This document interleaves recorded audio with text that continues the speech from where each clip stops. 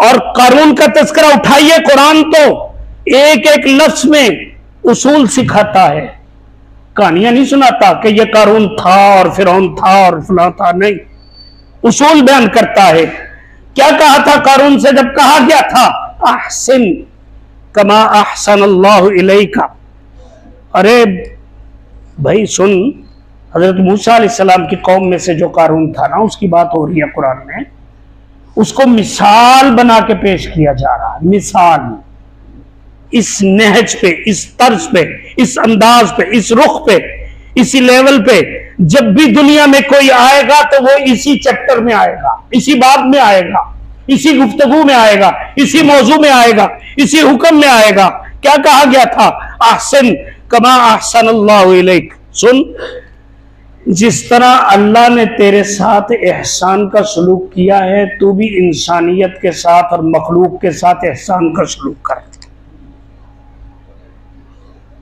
ये था हुक्म, हुक्म ईजाबी कि ये अमल कर, और एक हुक्म सल्बी था कि ये न कर। एक था ये कर और एक था कि ये न कर। जो करने का था वो एहसान था, और जिससे रोका जा रहा था कि न कर वो था अगला जुमला, वला तबगिल फसाद फिल अर्श, जमीन में फसाद न फैला, फसादी न बन, दौलत के बलबूते पे फसाद न फैला। और दौलत का फसाद सिर्फ यही नहीं है कि वो दौलत छीन के इकट्ठी की जाए, बल्कि दौलत साफ सुथरी हलाल तरीके से कमाई हुई जब वो इंसानियत के खिलाफ इस्तेमाल होगी तो वो भी उसी जुमरे में चली जाएगी कि जैसे हराम इस्तेमाल हुई है। आज हमने पता नहीं शरीयत को क्या समझ लिया है। बाज़िच्चा अतफाल एक लफ्ज बोला जाता है फारसी में, उर्दू में, बाज़िच्चा अतफाल, बच्चों का खेल का मैदान, खिलवाड़, वो करते रहे जैसे मर्जी। हमने ये समझ लिया शरीयत को। शरीयत तो एक एक चीज को पूरी तरह कुरान करीम में उसूल के तौर पे बयान कर चुकी है कि देख, ला तबगिल फसाद फिल अर्द, फसाद मत फैला। आपको याद होगा कि वो सहाबी रज़ी अल्लाह तआला अन्हु जिनका ये वाकया है कि आप सल्लल्लाहु अलैहि वसल्लम सहाबा के साथ मस्जिद से बाहर बस्ती की तरफ जो निकले तो एक घर दूसरे घरों से कुछ गैर मामूली शान और शौकत वाला, एक घर दूसरे घरों से, दूसरे घरों के दरमियान गैर मामूली शान और शौकत वाला दिखाई दिया। आपने क्या फरमाया? ये किसका है? ये किसका है? बताया गया कि फलां साहबी का है। साहबी का है जिनको अल्लाह कुरान में मेयार हक बता रहा है। अब तरबियत किस तरह हो रही है उनकी? इस तरह से वो भट्टी में पूरी तरह साफ होके पूरी मश्क और तरबियत बर्दाश्त करके फिर सामने आए तो मेयार हक बने थे ना। हम भी तो देखें वो क्या मेयार है, किसका है? फलां का है, ठीक है, बात। और आगे एक भी जुमला नहीं इरशाद फरमाया। वापसी हो गई, बाद में महफिल लगी मस्जिद के अंदर, वो साहबी आए, आके कहते हैं अस्सलाम वालेकुम। आप सल्लल्लाहु अलैहि वसल्लम उसका जवाब देने की बजाय अगर वो इस तरफ से आए थे तो मुंह इधर कर लिया, रुख मुबारक आपका इधर हो गया। उसकी दूसरी जानिब वो दूसरी तरफ आए, अस्सलाम वालेकुम, आपने रुख मुबारक दूसरी तरफ फरमा लिया।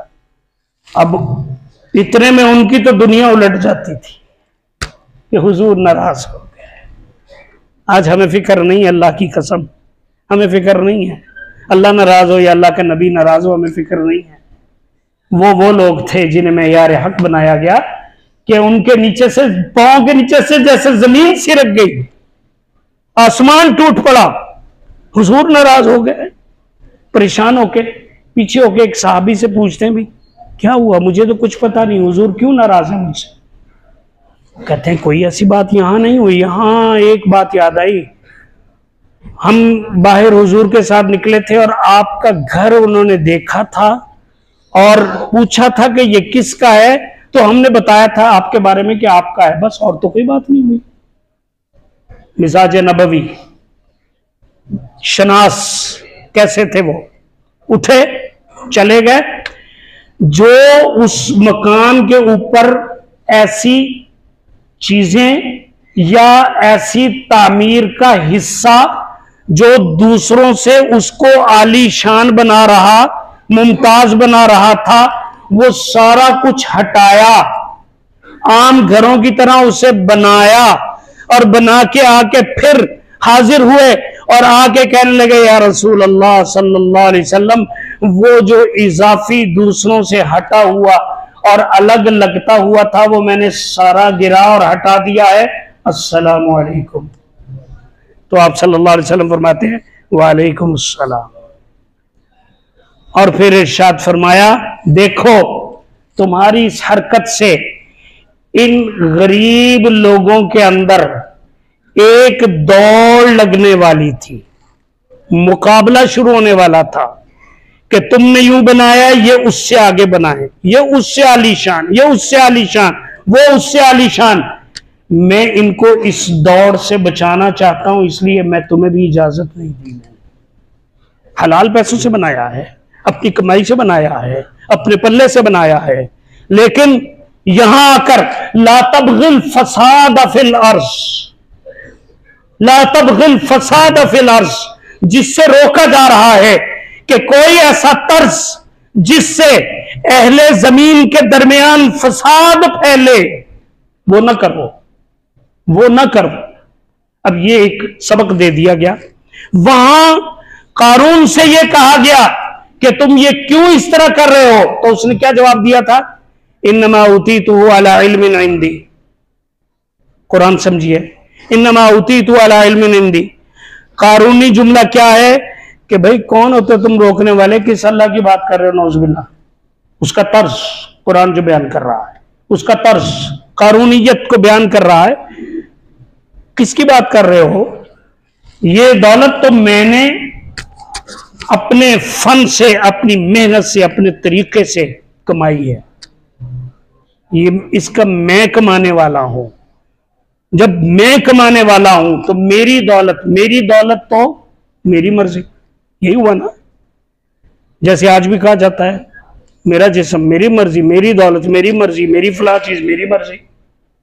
तो जब यही चीज कारूनियत में वहां बयान हो रही है, इन्नमा ऊतीतुहु अला इल्मिन इंदी, जब इंसान की जायज तरीके से कमाई हुई दौलत जरूरतमंदों के वक्त में जरूरत में काम ना आए, तो वो उस इंसान का वो तर्ज के जब जरूरत है इंसानियत के लिए और वो अपनी जायद अज जरूरत दौलत को जरूरतमंदों और मोहताजों के लिए खर्च करने को तैयार नहीं होता, तो वो भी उसी सफ में खड़ा हो जाएगा जिसने कहा था इन्नमा ऊतीतु अला इल्मिन इंदी, इन्नमा ऊतीतु अला इल्मिन इंदी।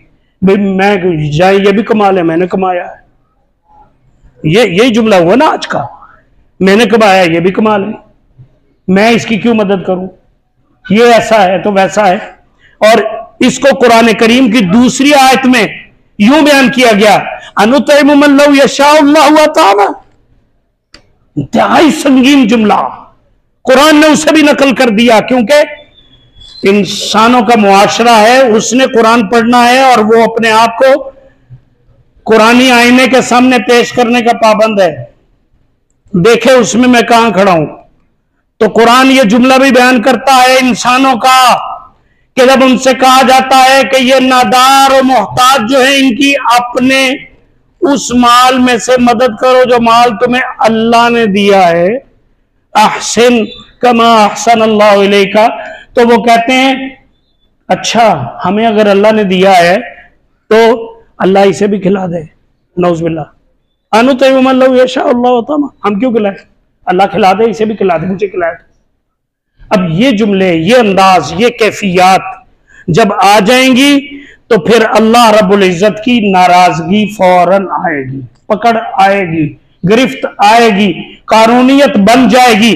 और जहां कहीं कानूनियत बनेगी वहां अल्लाह रब्बुल इज्जत का जलील कर देने वाला अजाब जरूर आएगा, जलील कर देने वाला। जैसे कारून जिल्लत का शिकार हुआ ना कि ले ये पड़ी है दौलत, जा रास्ता दे दे जमीन जरा इसको। जमीन ने रास्ता दे दिया और वो खुशकी में धंसता चला गया अपनी सारी दौलत समेत। तो यूं इंसानी मुआशरे के अंदर जिसकी दौलत, जिसका इख्तिदार, जिसका इख्तियार और उसको हासिल जो भी नेमत फसाद फिल अर्ज का जरिया बनती है, अल्लाह के यहां उसकी मुमानियत आ जाएगी।